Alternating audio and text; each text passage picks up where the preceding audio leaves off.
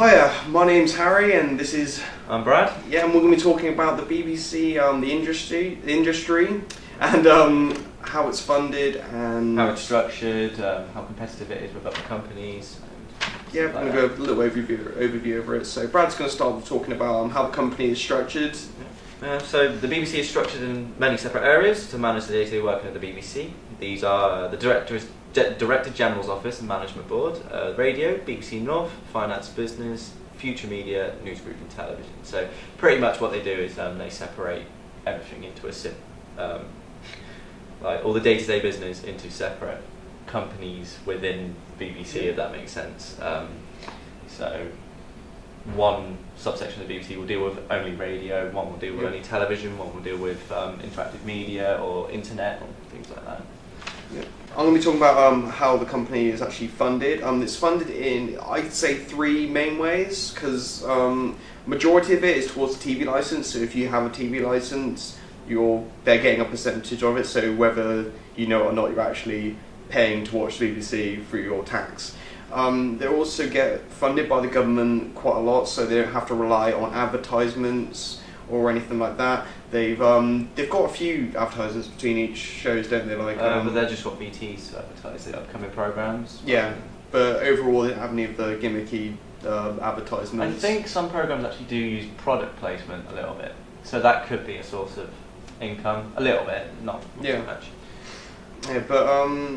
Yeah, but they also make a little bit of money towards their actual website, so they do sell stuff. So you've got magazines, T-shirts, DVDs, just anything. Toys for kids, like CBeebies, so they'll sell a lot of toys to children, like Bob the Builder. Yeah, a good example is Doctor Who itself. That's viewed over 40 different countries, and they sell a lot of merchandise. Like you get like the box sets, that kind of stuff. But majority of it is, I'd say, TV license and the government funding, but they also do make a little bit from other areas as well. We're going to be talking about the BBC and how competitive it is with other companies. We're going to be using, for the main example, we're going to be using Sky in this section. Yeah, the BBC is quite competitive when it comes to rival broadcasters, although at least their competitors are competitive with them. Yeah, well, there's a lot of news broadcasters, so they're obviously going to be competitive whether they like it or not. Like you'll find that because Rupert Murdoch, who owns Sky, he owns a lot of the newspapers, so there's a lot of anti-BBC sentiment in the newspapers that he owns and things like that. So, but they are competitive in business ways, such as trying to get an edge in the internet market or the consoles. For example, you can get Sky Go on your Xbox 360, which is clearly for a younger audience. Yeah. I mean, not many older people would use an Xbox. Although you could say that BBC iPlayer is available on PS3. Yeah. And Xbox 360, I think. It's on Xbox 360 as well. So like they'll compete in the news as well. They're always competing. Like the news is always on at the same time on each channel and things like that. Where you got Sky, you've got 24-hour broadcast news. You're just constantly rolling. I think the BBC is quite competitive. I think it's fairly competitive towards the other companies. Yes, because it's got with because Sky just gets their funding pretty much by subscriptions. Yeah. So because the BBC is seen as like a free news thing, I mean it's on everything in there. Yeah. Pretty much, the BBC is always going to be on the channel, but with Sky you're paying a subscription, so you're getting the exclusives for what you get. Yeah, they buy movies and things like that. So BBC have to try and do what they can to attract audience. Because I mean, remember, I've got Sky. Do you have? I have Sky. Yeah. You have Sky, so we have it ourselves, even though we still get the BBC for free anyway. So. Yeah.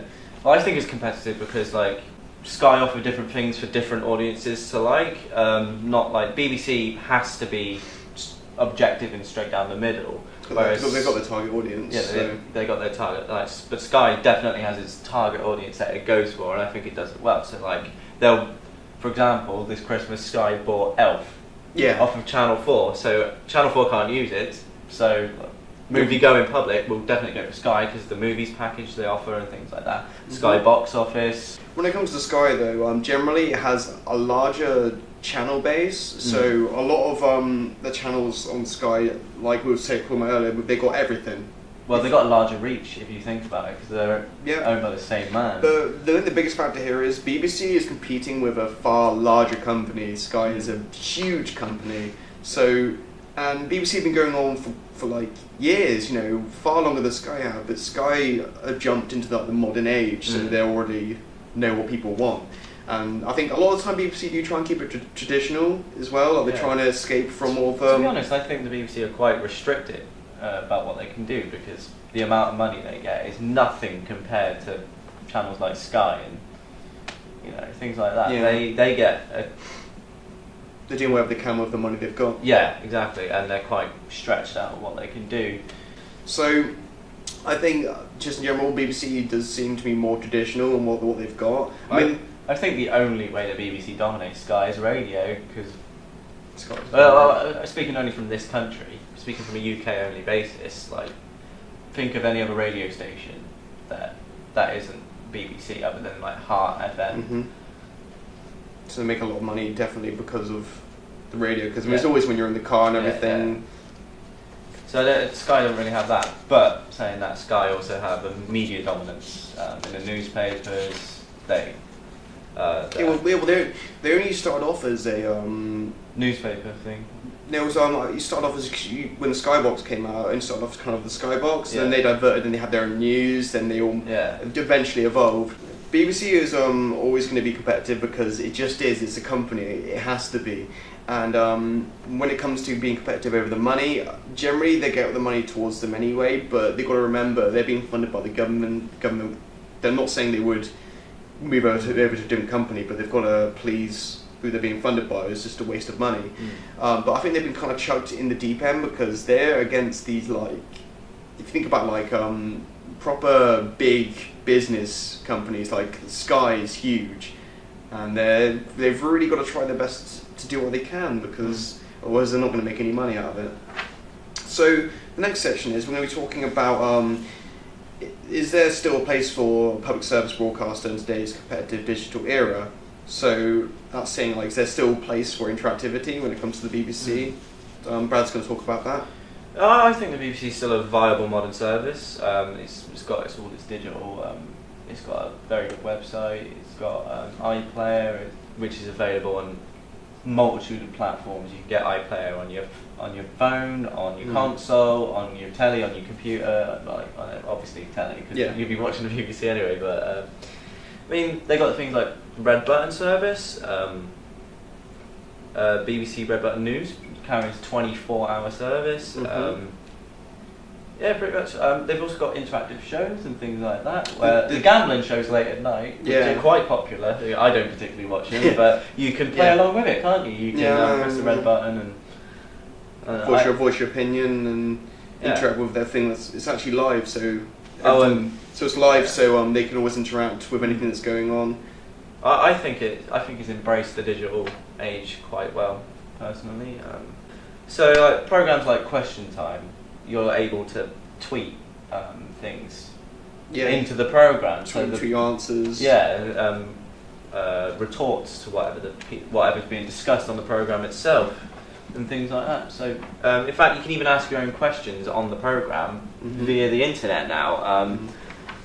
They're fine. They've got their own personal thing that's different than everyone else's, so they've got their own portion that they can use, and it's popular. It is popular. Well, I think BBC mandate dictates that they have to adapt to the digital era, because they've got they'll be left behind otherwise. Yeah, they'll be left behind, and they've got to appeal to the widest market possible. And if they don't do that, then they're not doing their job properly, are they? No. So anyway, so we talk about the pros and cons. Yeah. Brad's going to talk about the pros. I'm going to talk about the cons. Brad, if you want to start off with. One of the pros I think is public broadcasting, so it's great for the community. You know, they offer something for Asian radio or Asian television, Indian television. There's pretty much worldwide. something. Yeah, there's pretty much something for everyone in that. And I think that's great for the community. You know, I think it's easy access to multi-platform technology. Like I've said before, you can access BBC iPlayer from your phone, from your whatever, from your tablet, from pretty much anywhere as long as you're near something. There's no advertisements. Yeah, that's a big bonus. Which is a massive bonus, I think. The advertisements last too long on some of the ones, especially Sky. Can't for ages. Yeah. So I want to talk about a few of the cons. I'm not pro BBC. You're quite pro BBC. I like BBC. I think one big thing is the internet has taken up most of the media. So everything is on the internet. Everything. So things like Netflix. Everything. Yeah. So if you want to watch a movie, if you have a Netflix subscription, and you know, even like when they were talking about how the internet is actually kind of destroying a lot of businesses, but generally, like if I wanted to watch a movie on a BBC channel, there'd be no point because I can just go look it up on the internet. I suppose I forgot about that pro.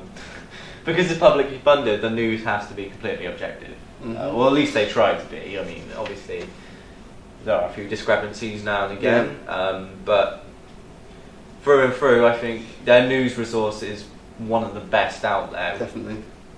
Which I think is a massive pro in its favour.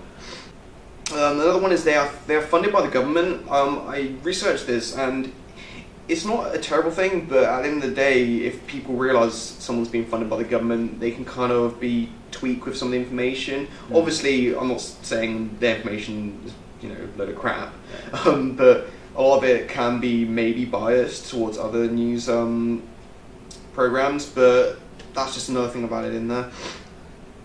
And the biggest one is I kind of think they are a little bit outdated when it's compared to all the new stuff. Like when you see something like ITV or Sky, even the intro, it's proper, you know what I mean? It's more modern, even like the studio and everything.